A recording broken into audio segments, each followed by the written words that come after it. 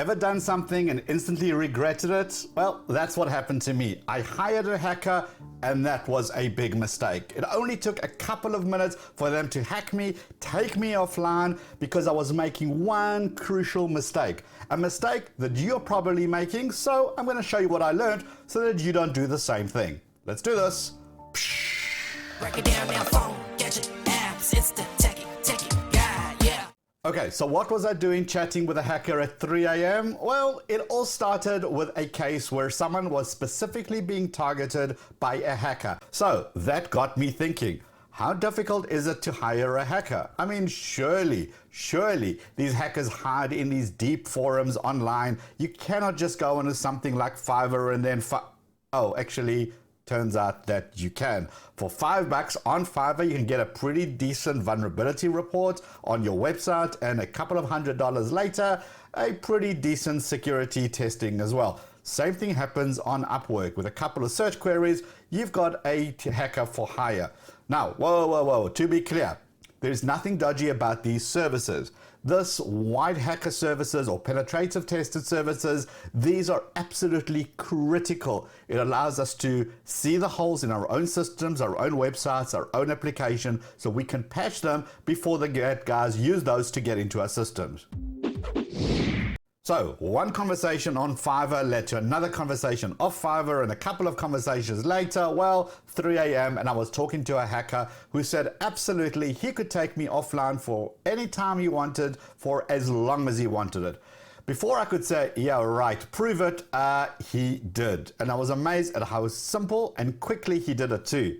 So how did he do it? Well, turns out I was making this mistake, and I'm going to show you how you can protect yourself and your own internet connection. Before I do, I will say this is for education purposes only. Do not use this against somebody else.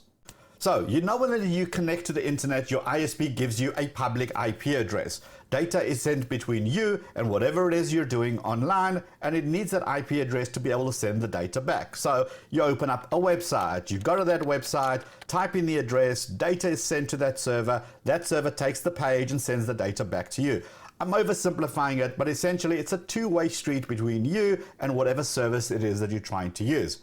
Now, it's this two-way communication that the hacker managed to exploit. He attacked my system with something called a denial of service attack, or DDoS. What he did was send so much information to my IP address that my system was overwhelmed. It simply couldn't cope. It was so busy trying to work out what's going on with all this new data that it couldn't handle me being online at the same time. My internet connection was essentially useless. Now, gamers are used to this. They get online, they connect to a server to play a game, and their competitors essentially attack that server so that their connection is super laggy and basically means that they lose the game. Okay, so let's start off by showing you my working system before this. So if I Google something like things to do in LA, you can see it comes up pretty quickly. Whatever I click on, well, there is the information right there. So everything works as it should. Let's go to my YouTube channel. Let's click on videos. Let's choose one of the videos, which I think you should watch. And you can see as I click on it, it starts to play. No buffering, no lagging. Everything is exactly like you expect. So let me show you this. So I'm going to type in the command ping space google.com -t, which means it's going to carry on forever until I stop it, -4 showing me that it's going to use the IPv4 addresses.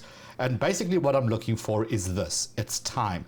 Can you see 14 milliseconds, 13, 9, 1 millisecond? Essentially what my computer is doing with this ping command is sending a notification out to Google and saying, hey Google, are you still there? Google replies back and says, yes, I am. And the time is how long it took to do that trip. Now, this is perfectly normal, and I'm going to let this run. Now watch this. I'm going to start the attack. I'm attacking my IP address right now. Boom, my attack has started.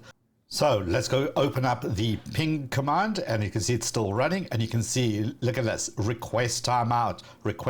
Look at that time, 2000 milliseconds, 2087, request timeout again, 2090. You can clearly see there's an impact of me currently being attacked. It's having an impact on my speed.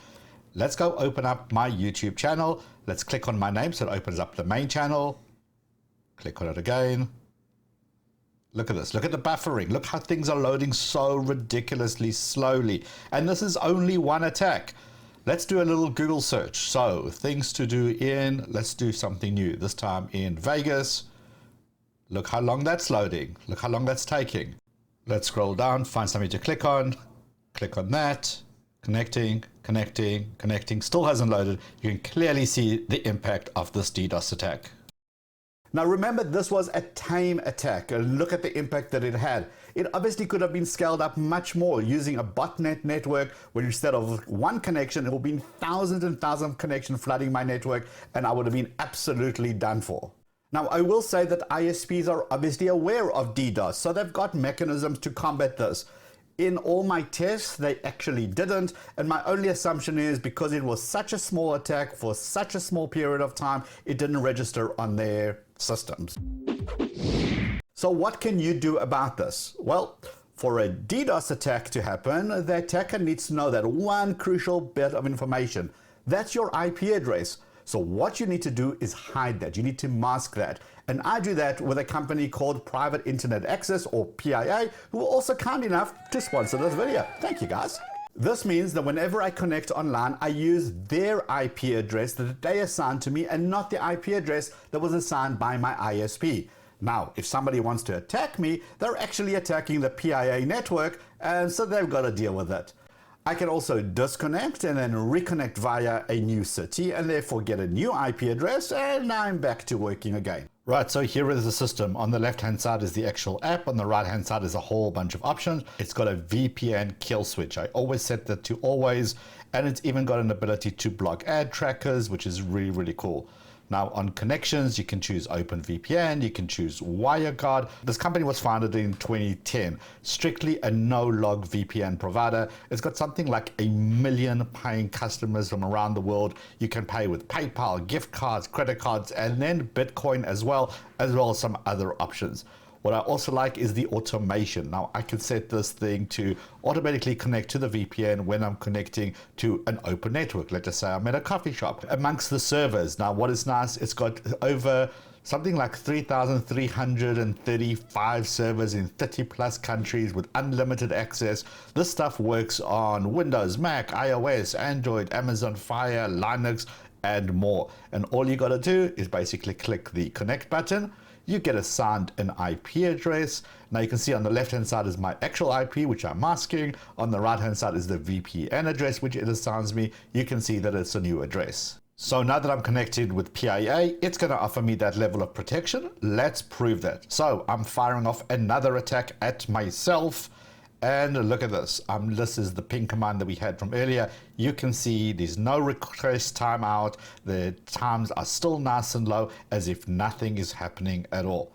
Let's go open up a Google search query. Things to do in Chicago this time. Why not? Let's go see what there is to do in Chicago.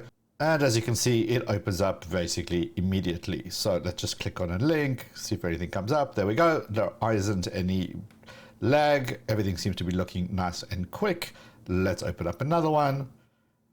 And there we go. Okay, let's do the ultimate test, which is opening up a video. Let's see if there's any buffering on that. Let's just select a random video. Okay, do these 3 things on your PC to get faster internet, and it just plays even whilst I'm being attacked. Make sure you check out the PIA link in the description below, which also has a special offer for you. And speaking of being attacked, check out this new phone scam right over here. Super smart, if I say so myself. Hit the head below to subscribe if this is your first time here. Give the video a thumbs up if you liked it, and I'll see you in this video over here or this video down here. In fact, I'll see you in both. Why don't you watch both? Let's see you in both.